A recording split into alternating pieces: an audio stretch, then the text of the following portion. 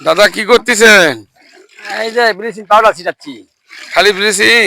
না, সাথে হলো এনামাইসিন আছে। এটা কি জন্য পুকুরে দেওয়া হয় এটা দাদা? দিচ্ছি পুকুরের পানি শোধন করার জন্য, ভাইরাস মুক্ত জন্য।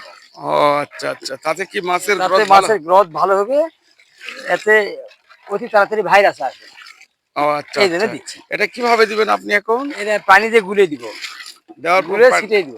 ও আচ্ছা আচ্ছা, তাহলে ঠিক আছে। আপনি এই পুকুরে, এটা কয় শতাংশ পুকুর? ধরে নেন 20 শতক। 20 শতাংশ পুকুর। এটাতে কি চুন করেছেন? হ্যাঁ, চুন করা আছে এখানে। কতটুকু চুন 3 দিন দিয়েছেন? আগে চুন করা আছে 20 কেজি। 20 কেজি। হ্যাঁ, 20 কেজি চুন করা আছে। কয়দিন পরে এখন আপনি এই পাউডার দিচ্ছেন, ব্লিচিং পাউডার আর হচ্ছে ব্লিচিং এনামাইসিন? পাউডার আর এনামাইসিন দিচ্ছি 3 দিন পরে। 3 দিন পরে। হ্যাঁ, মানে এখন জীবাণুমুক্ত হওয়ার জন্য, হ্যাঁ দুর্গন্ধ মুক্ত হওয়ার হ্যাঁ জন্য। হ্যাঁ হ্যাঁ, এখন 1 সপ্তাহের মধ্যে এখন মাছ ছাড়ার ব্যবস্থা করবো। বুঝতে পারছি। তাহলে এভাবে এখন যেভাবে চুন ছিটাইছিলেন ওইভাবেই ওইভাবে এটা ছিটাবেন, তাই না? ওইভাবেই ছিটে দেওয়া, হ্যাঁ ওইভাবেই। বুঝতে পারছি। তাহলে ঠিক আছে, আপনি দেন।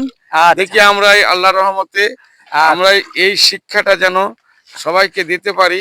দিলে পরে সব চাষির জন্য এটা অত্যন্ত উপকার হয়ে দাঁড়াবে। এবং এবং আপনার এই পদ্ধতিতে যেন চাষিরা কাজ করে তারা উপকৃত হয়।